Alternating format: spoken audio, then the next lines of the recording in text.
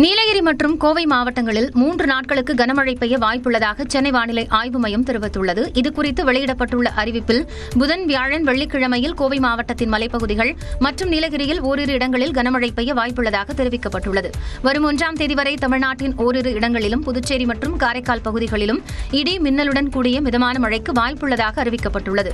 அதிகபட்ச வெப்பநிலை இயல்பை விட 3 டிகிரி செல்சியஸ் வரை அதிகமாக இருக்கக்கூடும் என்றும் வானிலை மையம் தெரிவித்துள்ளது. சென்னை மற்றும் புறநகர் பகுதிகளில் வானம் ஓரளவு மேகமூட்டத்துடன் காணப்படும் என்றும், நகரின் ஒரு சில பகுதிகளில் இடி மின்னலுடன் கூடிய மிதமான மழை பெய்யக்கூடும் என்றும் வானிலை மையம் கணித்துள்ளது.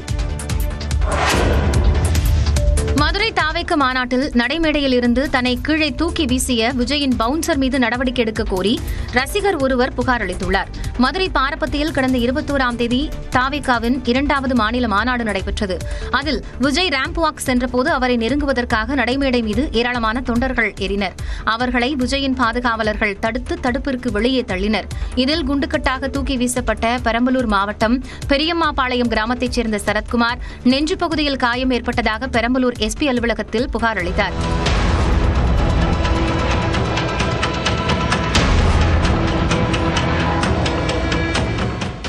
சுதாரிச்சுக்கிட்டு கம்பியை நல்லா கெட்டியமா பிடிச்சிக்கிட்டேன். அந்த தூக்கி விடாசும்போது எனக்கு நெஞ்சில லேசா அடிபட்டுருச்சு. தள்ளி விடலாம், பொறுமையா தூக்கி அந்த மாதிரி வீசினா கை கால் ஒடிஞ்சிருந்து இல்ல என் புள்ள போயிருந்தா யாரு உயிருக்கு யாரு என் புள்ள யாரு எனக்கு தரது? இந்நிலையில் தாவேக்க 2வது மாநாட்டிலேயே விஜயின் வேடம் கலைந்து விட்டதாக அமைச்சர் சேகர் பாபு விமர்சித்துள்ளார். இப்பொழுதே நரியின் சாயம் வெளுத்து போச்சு, டும் டும் டும் டும், ராஜா வேஷம் கலைஞ்சு போச்சு, டும் டும் டும் என்பது போல் அனைத்து தரப்புடைய விமர்சனத்தையும் தாங்கி சென்று கொண்டிருக்கின்றார். தற்போதே விஜய் மீது பல விமர்சனங்கள் வைக்கப்படுவதாகவும் அமைச்சர் சேகர் பாபு கூறினார். சேலம் மேட்டூர் அனல்மின் நிலையத்தில் இருந்து இலவசமாக வழங்கப்படும் உலர் சாம்பலை வெளிச்சந்தையில் அதிக விலைக்கு விற்கிறார்களா என்பதை விசாரித்து அறிக்கை தாக்கல் செய்ய தமிழ்நாடு மின் உற்பத்தி மற்றும் பகிர்மான கழகத்திற்கு சென்னை உயர்நீதிமன்றம் உத்தரவு பிறப்பித்துள்ளது. தமிழ்நாடு மின் வாரியத்திற்கு சொந்தமான திருவள்ளூர், தூத்துக்குடி, சேலம் உட்பட 5 அனல்மின் நிலையங்களில் வெளியாகும் உலர் சாம்பலில் 10% சிறு குறுந்தொழில் நிறுவனங்களுக்கு இலவசமாகவும் மற்றவற்றை விலைக்கும் வழங்குகின்றனர். இந்நிலையில் சேலம் அனல்மின் நிலையத்தில் இலவச சாம்பலை மாவட்டத்தில் உள்ள முத்துக்குமார் டிரேடர்ஸ் என்ற ஒரு நிறுவனத்திற்கே மொத்தமாக கொடுப்பதாகவும், அந்நிறுவனம் அதனை வெளிச்சந்தையில் அதிக விலைக்கு விற்பதாகவும் சந்தோஷ் என்பவர் சென்னை உயர்நீதிமன்றத்தில் வழக்கு தொடுத்திருந்தார். இந்த வழக்கு செவ்வாய்க்கிழமை விசாரணைக்கு வந்தபோது தமிழ்நாடு மின் உற்பத்தி மற்றும் பகிர்மான கழக இயக்குநர் கோவிந்தராவ் நேரில் ஆஜராகி உலர் சாம்பல் ஒதுக்கீடு தொடர்பான ஆவணங்களை தாக்கல் செய்தார்.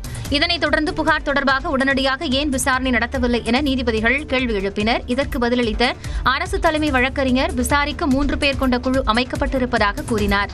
இதையடுத்து விசாரணை நடத்தி அறிக்கை தாக்கல் செய்ய உத்தரவிட்ட நீதிபதிகள் வழக்கு விசாரணையை 8 வாரங்களுக்கு ஒத்திவைத்தனர்.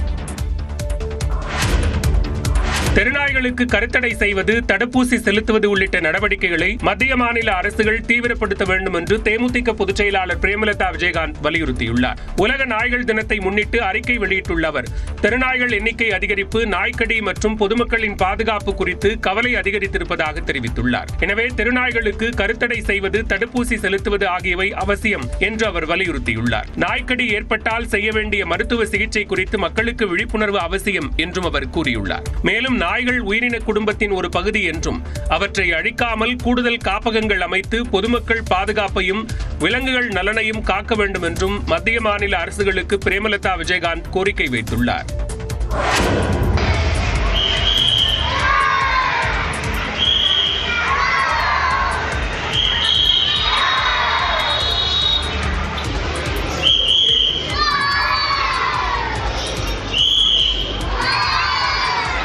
மீண்டும் மீண்டும் காண தூண்டும் இந்த காட்சி வேலூர் மாணவர்களின் முயற்சி. வேலூர் மாவட்டம் குடியாத்தம் அருகே RS பகுதியில் உள்ள ஒரு தனியார் பள்ளியில் 100க்கும் மேற்பட்ட மாணவ மாணவிகள் விநாயகர் சதுர்த்தியை ஒட்டி விநாயகர் சிலை வடிவில் அமர்ந்து விழாவை சிறப்பித்தனர். பல்வேறு வகையான விநாயகரின் முகமூடிகளையும் அவர்கள் அணிந்திருந்தனர்.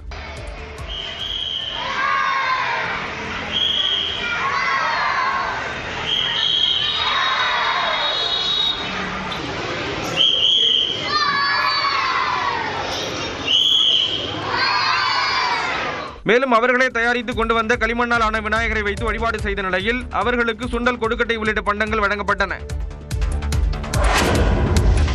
கும்மிடிப்பூண்டி அருகே சித்தராஜன் கண்டிகை கிராமத்தில் 10ஆம் வகுப்பு படிக்கும் 5 மாணவிகளுக்கு மூச்சுத்திணறல் ஏற்பட்டதில் 3 பேர் கவலைக்கிடமாக இருப்பதால் சென்னை ஸ்டான்லி அரசு மருத்துவமனையில் சிகிச்சைக்காக அனுமதிக்கப்பட்டனர். திருவள்ளூர் மாவட்டம் கும்மிடிப்பூண்டி அருகே தனியார் இரும்பு தொழிற்சாலைகளில் இயங்கி வருகின்றன. சித்துராஜ் கண்டிகை கிராமத்தில் உள்ள அரசு உயர்நிலைப் பள்ளியில் 10ஆம் வகுப்பு படிக்கும் 5 மாணவிகளுக்கு இதனால் மூச்சுத்திணறல் ஏற்பட்டுள்ளது. உடனடியாக 108 ஆம்புலன்ஸ் வரவழைக்கப்பட்டு கோட்டக்கரை அரசு மருத்துவமனைக்கு கொண்டு செல்லப்பட்டு சிகிச்சை அளிக்கப்பட்டது.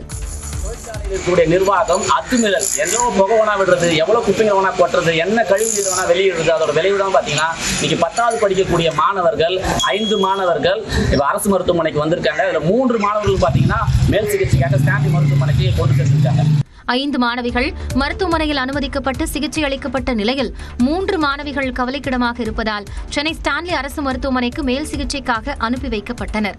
இதுகுறித்து காவல்துறை வழக்கு பதிவு செய்து அருகில் உள்ள தொழிற்சாலைகளில் இருந்து விஷவாயு ஏதும் கசிந்துள்ளதா என்ற கோணத்தில் விசாரணை மேற்கொண்டு வருகின்றனர்.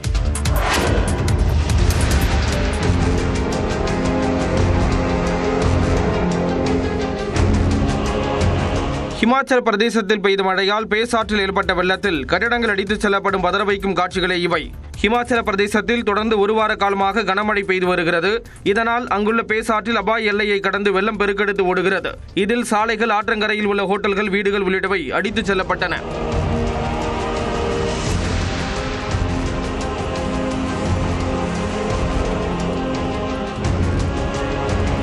இதேபோல குழு மணாலிக்கு அருகே உள்ள பட்லி குகால் பகுதியில் இருக்கும் மீன் பண்ணைக்குள் வெள்ளம் புகுந்து கடல் போல் காட்சியளித்தது.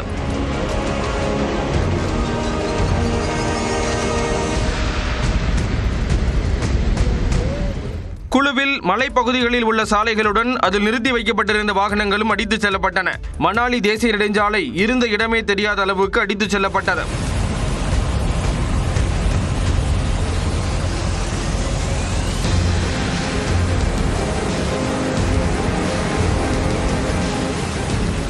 தொடர்ந்து மழை பெய்யும் என எச்சரிக்கை விடுக்கப்பட்டுள்ள நிலையில் பொதுமக்கள் பாதுகாப்பான இடங்களுக்கு செல்ல அறிவுறுத்தப்பட்டுள்ளனர். தர்மஸ்தலா விவகாரத்தில் திடீர் திருப்பமாக இந்துத்துவா அமைப்பின் தலைவர் வீட்டில் சிறப்பு புலனாய்வு குழுவினர் சோதனை நடத்தினர். கர்நாடக மாநிலம் தட்சிண கன்னடா மாவட்டத்தில் உள்ள தர்மஸ்தலா கோவில் பகுதியில் வன்கொடுமை செய்து கொல்லப்பட்ட 100க்கும் மேற்பட்ட பெண்களின் உடல்கள் புதைக்கப்பட்டதாக கோயில் முன்னாள் ஊழியர் சின்னையா புகார் அளித்தார்.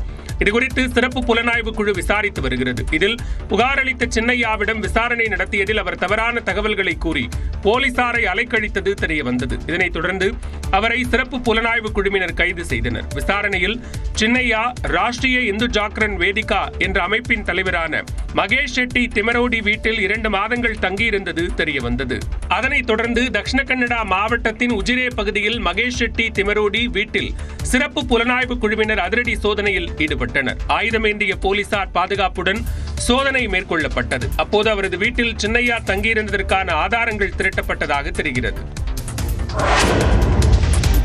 தர்மஸ்தலா வழக்கில் புகார்தாரராக இருந்து தற்போது கைது செய்யப்பட்டுள்ள சின்னையா குறித்து பல்வேறு திடுக்கிடும் தகவல்கள் வெளியாகியுள்ளன. சின்னையா தனது 2வது மனைவி மல்லிகாவுடன் கடந்த 11 ஆண்டுகளாக ஈரோடு மாவட்டம் சத்தியமங்கலம் வட்டத்திற்குட்பட்ட சிக்கரசம்பாளையத்தில் வசித்து வந்தது தெரிய வந்துள்ளது. 2.5 மாதத்திற்கு முன்பு அவர் காணாமல் போனதாக கூறப்படுகிறது. அவர் வீட்டை விட்டு வெளியேறிய பிறகு கிறிஸ்தவ மதத்திற்கு மாறியதாக அவரது மனைவி மல்லிகா தெரிவித்துள்ளார். அதே நேரம் தர்மஸ்தலா கோயில் பகுதியில் உடல்கள் புதைக்கப்பட்டது குறித்து சின்னையா தங்களிடம் இதுவரை கூறியதில்லை என்றும் அவர் குறிப்பிட்டுள்ளார். ಅದೇ ಗೊತ್ತಿಲ್ಲ ನನಗೆ. ಕೆಲಸಕ್ಕೆ ಹೋಯ್ತೀನಂತೆ ಹೋದವರು ಸರ್. ಮತ್ತೆ 2 ತಿಂಗಳಾಯಿತು ಅವ್ರ ಮನೆಗೆ ಬರಲಿಲ್ಲ ಸರ್. ಅದರ ಟಿವಿನಲ್ಲಿ ನೋಡ್ತಾ ಇದ್ದೆ ನಾನು. ಏತಕ್ಕೆ ಹಿಂಗಾಗಿದ್ದದ ಏನಾಯಿತು ಅಂತ ನನಗೆ ಗೊತ್ತಿಲ್ಲ ಸರ್. சின்னையா தவறு செய்திருக்க மாட்டார் என்று அவரது சகோதரர் ஆறுமுகம் கூறினார். ಹಿಂದೆ ಯಾರು ಇರ್ತಾರೆ ಅಂದ್ರೆ ಅವನು ಭಯಭಕ್ತಿಯೋட ಇದ್ದ ಹುಡುಗ. ஆனால் ಈ ಥರ ಏನು ಮಾಡ್ತಾ ಇದ್ದಾರೆ ಅಂತ ನನಗೆ ಗೊತ್ತಿಲ್ಲ. இந்த விவகாரம் குறித்து முறையாக விசாரணை நடத்த வேண்டும் என்றும் சின்னையாவின் குடும்பத்தினர் வலியுறுத்தியுள்ளனர்.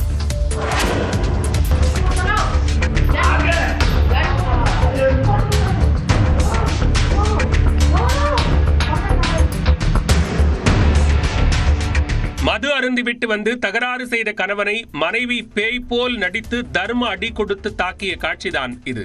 தெலங்கானா மாநிலம் கம்மம் மாவட்டத்தைச் சேர்ந்த கங்காராம் தினமும் மது அருந்திவிட்டு வீட்டிற்கு வந்து ரகளை செய்வதை வாடிக்கையாக வைத்துள்ளார். இதனை சரி செய்ய பலமுறை முயற்சித்து தோல்வியடைந்த மனைவி புது வித்தை மூலம் பாடம் புகட்டியுள்ளார். அதாவது கங்காராம் மது அருந்திவிட்டு வீடு திரும்பிய போது அவரின் மனைவி தலைமுடியை விரித்து போட்டுக்கொண்டு பேய் பிடித்ததாக கூறி அவரை பயங்கரமாக அடித்து தாக்கியுள்ளார். தலைமுடியை பிடித்து இழுத்து வாயில் துணியை திணித்து கட்டையால் அடித்து நிஜமாகவே பேய் பிடித்தது போல அவர் ஆட்டம் ஆடினார். இதனால் அதிர்ச்சி அடைந்த கணவன் வீட்டிலிருந்து தப்பி ஓடி தான் உயிர் பிழைத்தது குறித்து பொதுமக்களிடம் விவரித்துள்ளார். இந்நிலையில் கங்காராமை சிகிச்சைக்காக மருத்துவமனையில் அனுமதித்துள்ளனர். வழக்கு ஒன்றில் ஒரு தரப்புக்கு சாதகமான தீர்ப்பு வழங்க கோரி ஓய்வு பெற்ற உயர்நீதிமன்ற நீதிபதி ஒருவர் தன்னை அணுகியதாக நீதிபதி சரத்குமார் சர்மா குற்றம் சாட்டியுள்ளார். ஐதராபாத்தை மையமாக கொண்ட நிறுவனம் ஒன்று திவாலானதாக நோட்டீஸ் அளிக்கப்பட்ட நிலையில் அதனை எதிர்த்து சென்னையில் உள்ள தேசிய நிறுவன சட்ட மேல்முறையீட்டு தீர்ப்பாயத்தில் 2023ஆம் ஆண்டு முறையீடு செய்யப்பட்டது. நீதிபதி சரத்குமார் சர்மா, தொழில்நுட்ப உறுப்பினர் ஜதீந்திரநாத் ஸ்வைன் ஆகியோர் முன்பு இந்த வழக்கு பட்டியலிடப்பட்டது. வழக்கு விசாரணைக்கு வந்தபோது ஒரு தரப்புக்கு சாதகமாக பதிலளிக்கும்படி ஓய்வு பெற்ற நீதிபதி ஒருவர் தனக்கு குறுஞ்செய்தி அனுப்பியதாக நீதிபதி சரத்குமார் சர்மா குற்றம் சாட்டினார். கடந்த 13ஆம் தேதி தனக்கு குறுஞ்செய்தி வந்ததற்கான ஆதாரத்தை காட்டிய அவர் வழக்கில் இருந்து விலகுவதாக அறிவித்தார். மேலும் இந்த வழக்கை வேறு அமர்வுக்கு பரிந்துரைக்குமாறு தலைமை நீதிபதியிடம் சரத்குமார் சர்மா கோரிக்கை வைத்துள்ளார். கடந்த ஜூன் 11ஆம் தேதி இதேபோன்று ஸ்ரீ ராமலிங்க மில்ஸ் மற்றும் தொடர்புடைய நிறுவனங்கள் குறித்த வழக்கில் தன்னை ஒரு தரப்புக்கு ஆதரவாக தீர்ப்பளிக்க வற்புறுத்தல் வந்ததாக கூறி சரத்குமார் சர்மா விலகினார். இதேபோன்று பல்வேறு வழக்குகளில் இருந்து சரத்குமார் சர்மா விலகியுள்ளது குறிப்பிடத்தக்கது. முதலீட்டாளர்களை ஈர்க்கும் விதமாக அனைத்து மாநிலங்களும் சீர்திருத்தங்களை மேற்கொள்ள வேண்டும் என்று பிரதமர் நரேந்திர மோடி வேண்டுகோள் விடுத்துள்ளார். குஜராத் மாநிலம் அகமதாபாத்தில் நடைபெற்ற நிகழ்ச்சியில் கலந்து கொண்ட பிரதமர் மோடி மாருதி சுசுகி நிறுவனத்தின் இ விட்டாரா என்ற முதல் மின்சார காரை கொடியசைத்து அறிமுகம் செய்து வைத்தார்.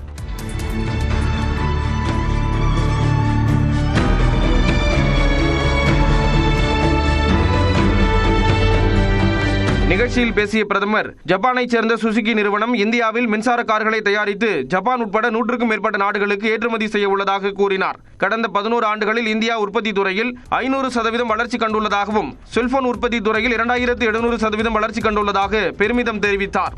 और ये कंपटीशन का जमाना है। जो राज्य जितनी तेजी से अपनी पॉलिसीज को नीट एंड क्लीन रखता है, इप्स एंड बट्स के बिना रखता है, तो इन्वेस्टर का विश्वास बढ़ता है। इन्वेस्टर आने के लिए हिम्मत के साथ आता है. அரிய வகை தாதுவான மாங்கனீஸ் பற்றாக்குறையால் ஆட்டோமொபைல் துறை பாதிக்கப்பட்டிருக்கும் சூழலில் தேசிய அரிய வகை தாதுக்கள் திட்டத்தின் கீழ் நாடு முழுவதும் ஆய்வு நடத்தப்பட்டு முக்கியமான கனிமங்கள் கண்டுபிடிக்கப்படும் என்றும் பிரதமர் மோடி அறிவித்தார். விநாயகர் சதுர்த்தியை முன்னிட்டு ஆம்னி பேருந்துகளில் கட்டணம் பன்மடங்கு உயர்த்தப்பட்டிருப்பதாக பயணிகள் குற்றம் சாட்டியுள்ளனர். விநாயகர் சதுர்த்தி பண்டிகை புதன்கிழமை கொண்டாடப்படுகிறது. இதன் காரணமாக சென்னையில் வசிப்போர் தங்களுடைய சொந்த ஊருக்கு பயணத்தை மேற்கொண்டுள்ளனர். இதனை பயன்படுத்தி ஆம்னி பேருந்துகளில் அதிக கட்டணம் வசூலிக்கப்படுவதாக குற்றச்சாட்டு எழுந்துள்ளது. சென்னையிலிருந்து மதுரைக்கு செல்லக்கூடிய படுக்கை வசதி கொண்ட ஆம்னி பேருந்துகளில் வழக்கமாக 1500 ரூபாய் வரை வசூலிக்கப்படக்கூடிய நிலையில் தற்போது 6000 ரூபாய் வரை கட்டணமாக நிர்ணயிக்கப்பட்டுள்ளது. இதேபோன்று திருச்சி செல்லக்கூடிய ஆம்னி பேருந்துகளில் 2300 ரூபாய் வரையிலும், நெல்லைக்கு 3800 ரூபாய் வரையிலும், நாகர்கோவிலுக்கு 3500 ரூபாய் வரையிலும் கட்டணம் வசூலிக்கப்படுகிறது. கோவை உள்ளிட்ட பிற முக்கிய நகரங்களுக்கும் செல்லக்கூடிய ஆம்னி பேருந்துகளிலும் அதிக கட்டணம் வசூலிக்கப்படுவதாக பயணிகள் வேதனை தெரிவிக்கின்றனர்.